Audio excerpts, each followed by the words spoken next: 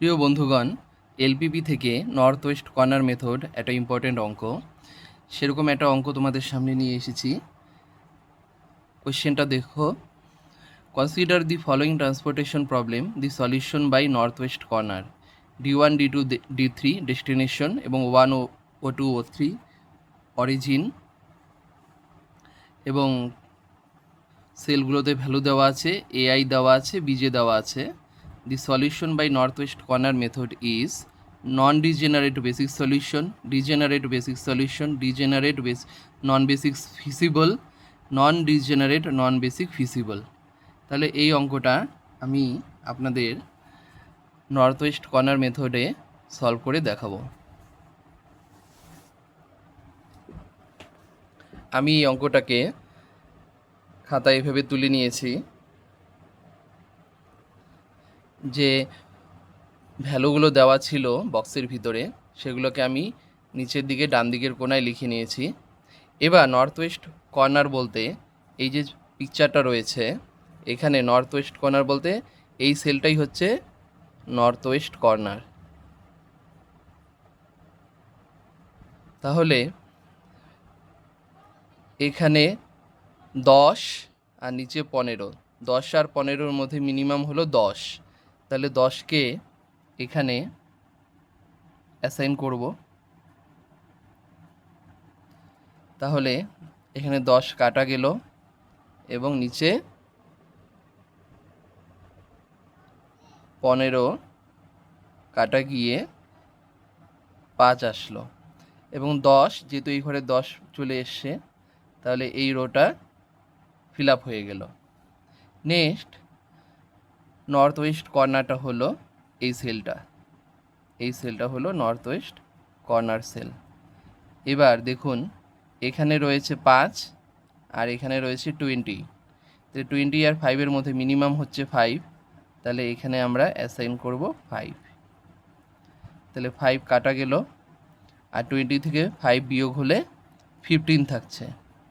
তাহলে এই কলামটা যেহেতু সম্পূর্ণ কাটা গেল, তাহলে এই কলামটা ফিল আপ হয়ে গেল। নেক্সট নর্থ ওয়েস্ট কর্নার হচ্ছে এটা। তাহলে এখানে কত অ্যাসাইন করব? এখানে রয়েছে 15, এখানে রয়েছে 15, তাহলে মিনিমাম হচ্ছে 15। তাহলে 15 কাটা গেল, এই 15ও কাটা গেল, অর্থাৎ এই রো এই রো এই রোটা ফিল আপ হয়ে গেল এবং এই কলামটাও ফিল আপ হয়ে গেল।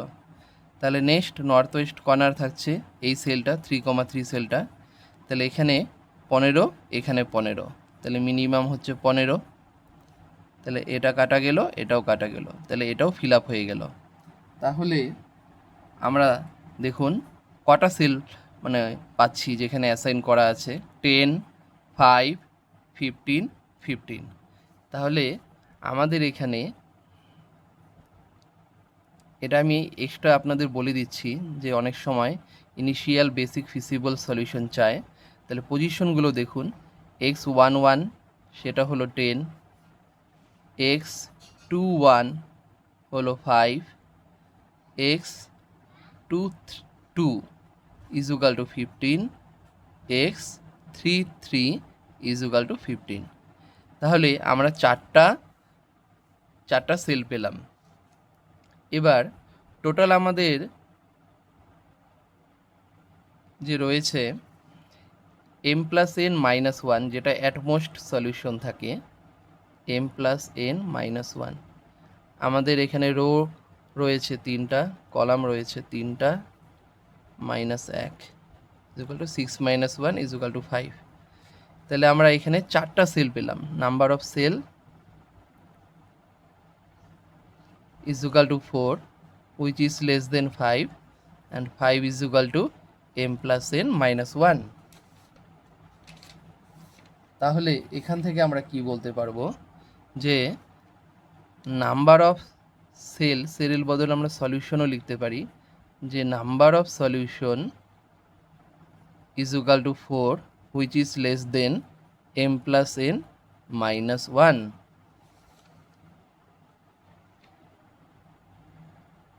তাহলে এই যে সলিউশনটা, এই প্রবলেমের সলিউশনটা হয়ে যাবে ডিজেনারেট বেসিক ফিজিবল সলিউশন। তাহলে এখানে দেখুন ডিজেনারেট বেসিক ফিজিবল সলিউশন, এটা হবে আমাদের answer option B, that is option B, degenerate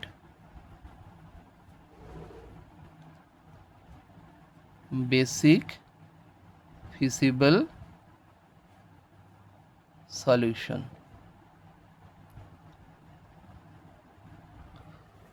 তাহলে এই যে অঙ্কটা আমরা করলাম, এরকম পদ্ধতিতে নর্থ ওয়েস্ট কর্নার মেথডে আমরা আরও অঙ্ক সমাধান করতে পারবো। যদি কোয়েশ্চেনটা IBFS দিয়ে দেওয়া থাকতো তাহলে x11, x21, x22, x33 এর 4 রকম সেট করে ভ্যালু দিয়ে অপশন ABCD বানিয়ে দিত, সেখান থেকেও আমরা সেই প্রশ্নের উত্তর আমরা করতে পারবো। তাহলে প্রিয় দর্শক বন্ধুগণ, পরবর্তী ভিডিওতে আমি ম্যাট্রিক্স মিনিমাম মেথড দেখাবো। যদি আপনাদের এই ভিডিওগুলো কোনো উপকারে লাগে অবশ্যই চ্যানেলটিকে সাবস্ক্রাইব করে উৎসাহিত করবেন। Thank you.